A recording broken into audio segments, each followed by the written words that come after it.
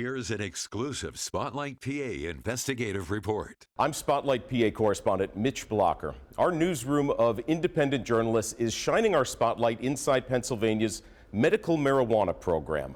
There's not much debate that the drug has helped many patients find relief, but it's also given doctors with checkered histories the ability to see and certify patients. And it turns out some of those doctors are among Pennsylvania's most prolific marijuana prescribers. What's going on, everybody? You know who it is. It's me, your favorite medical marijuana doctor. No doctor certified more marijuana cards in 2018 than Dr. Matthew Roman. He was the Commonwealth's most prolific pot doc until the Department of Health removed him from the program. A state medical board found he displayed a problematic pattern of cannabis use, leading to clinically significant impairment. We found that there were, a handful of doctors who had been denied access to the program based on prior discipline. Ed Mahan, one of Spotlight PA's investigative journalists, found that after Dr. Roman's medical license was reinstated, the health department still blocked him from joining its marijuana program. But regulators have let in other disciplined doctors. In 2022, at least 4 of the state's top 100 pot docs had disciplinary histories. Among their offenses, improper prescribing and federal drug charges. The findings led to questions about how doctors are approved to prescribe marijuana in Pennsylvania.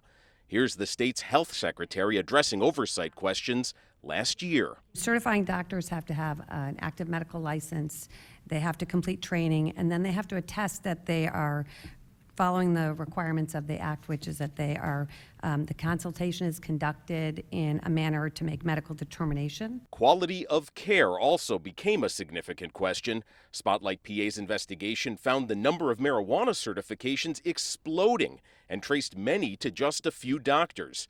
In 2018, Dr. Roman was the only doctor certifying more than 3,000 patients. In 2019, when he was kicked out of the program, 3 doctors approved more than 3,000 patients' medical cards. In 2020, it grew to 14 doctors, 28 in 2021, and 30 by 2022, the last full year the state provided data. 2022's numbers include 3 doctors who gave out more than 11,000 certifications.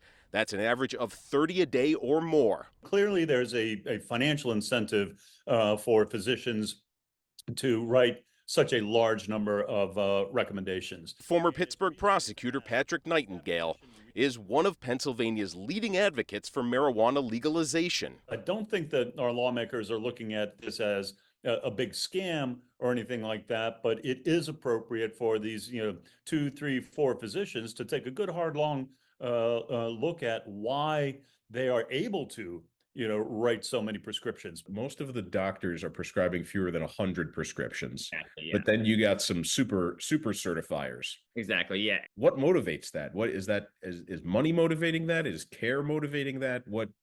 Any idea? So, I've talked to some doctors who are at the high end. I've talked to some doctors who are more in the 1,000 range as well. I think it shows a couple things. One is just how medical cannabis is operating differently than most of the regular medical system in Pennsylvania, and I think that's probably true across the country.